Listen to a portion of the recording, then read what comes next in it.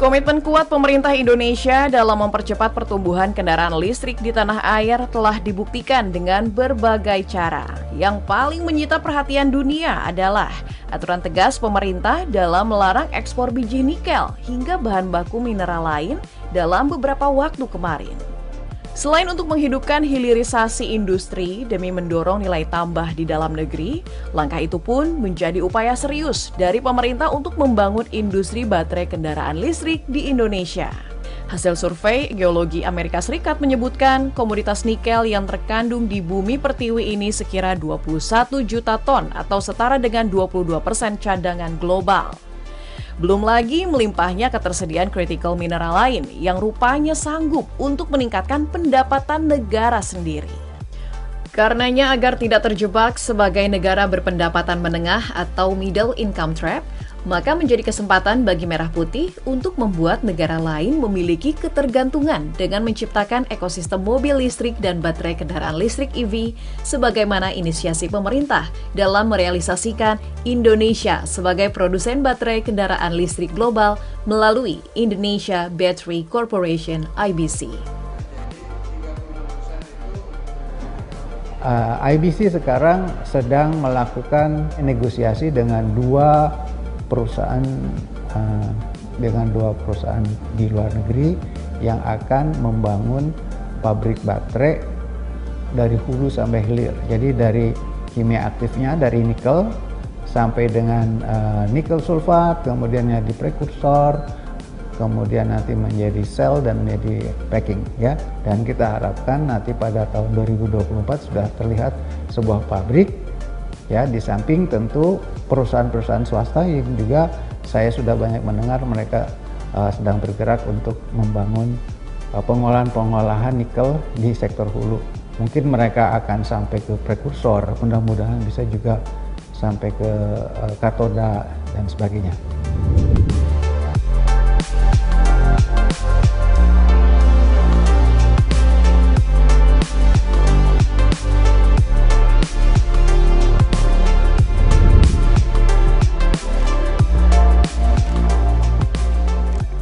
Di bagian hilir, pemerintah melalui PT Perusahaan Listrik Negara PLN Persero yang tengah mengembangkan stasiun pengisian kendaraan listrik umum SPKLU dan stasiun penukaran baterai kendaraan listrik umum SPBKLU. Hingga awal tahun 2023, PLN telah memiliki lebih dari 500 unit SPKLU dan 1.000 lebih SPBKLU yang tersebar di seluruh Indonesia. Dari target 31.000 SPKLU dan 670.000 SPBKLU pada 2030 mendatang. Untuk mencari stasiun pengisian terdekat, individu dapat mengeceknya melalui aplikasi PLN Mobile, begitupun untuk menukar baterai kendaraan roda 2 yang telah diisi penuh hingga proses transaksi pembayaran.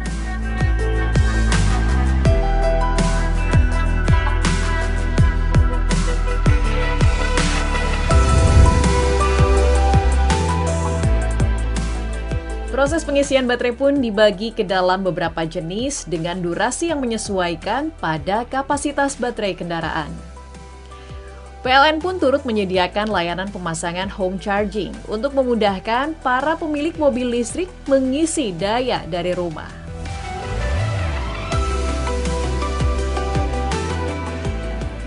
Jadi bagi pembeli kendaraan roda 4 itu nanti bisa mendapatkan diskon untuk tambah daya karena memang untuk home charging itu membutuhkan daya yang cukup besar, sehingga di situ pelanggan atau masyarakat dapat menambah daya dengan hanya membayar 150 saja, 150.000.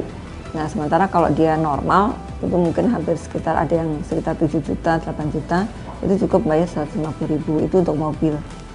Itu kalau terpasang home charging kemudian tersambung ke platformnya home charging, itu dia akan mendapatkan diskon pemakaian 30% pada luar waktu beban puncak, yaitu pada jam 22 sampai dengan jam 5.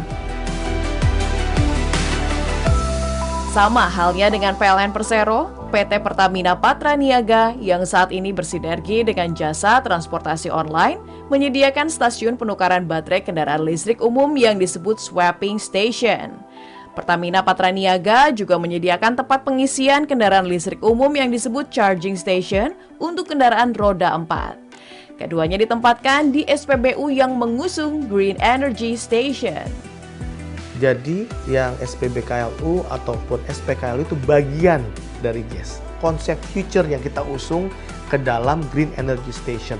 Apakah dari green-nya atau ke future-nya, digital-nya, atau tadi memiliki high tire fuel. Nah, dari total Green Energy Station ada 300 lebih yang sudah kita siapkan dari seluruh jaringan SPB yang kita miliki, dan ada 21 SPBKLU-nya yang sudah kita siapkan.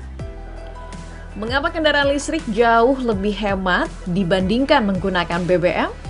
Asumsinya seperti ini. Jika masyarakat biasanya membutuhkan BBM 1 liter seharga Rp10.000 untuk 1 kali berkendara, maka apabila menggunakan kendaraan listrik dengan daya 1,2 kWh, masyarakat hanya dibebankan sekira Rp1.900 untuk 1 kali berkendara, atau dapat berhemat hingga Rp8.000 dibandingkan saat menggunakan kendaraan berbahan bakar minyak.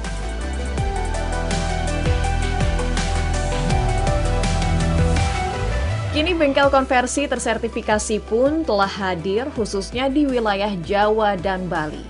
Masyarakat hanya tinggal mengirimkan kendaraan roda 2-nya ke bengkel konversi, maka hanya melalui beberapa tahap saja sepeda motor tersebut pun terdaftar resmi sebagai kendaraan listrik.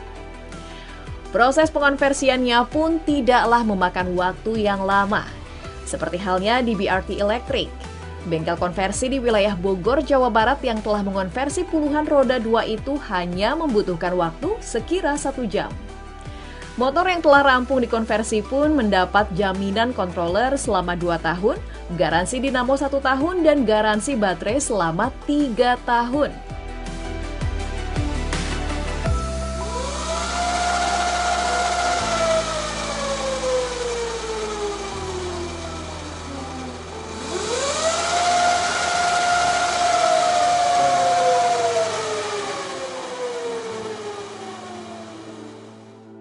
Karena kami tetap mempertahankan struktur motornya yang original atau motor bakar, jadi konsumen akan merasakan sangat nyaman dibandingkan motor yang bukan konversi. Jadi getarannya hilang, akselerasinya sangat smooth, ya, kecepatannya relatif sama.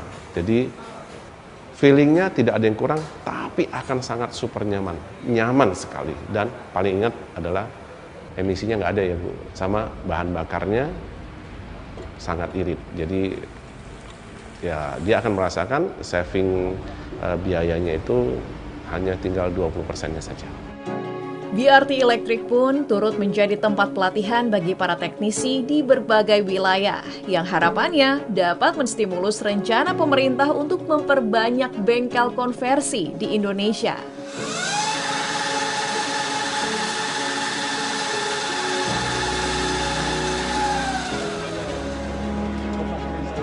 Bantuan pemerintah pun digelontorkan demi meningkatkan daya beli masyarakat terhadap kendaraan listrik yang lebih luas.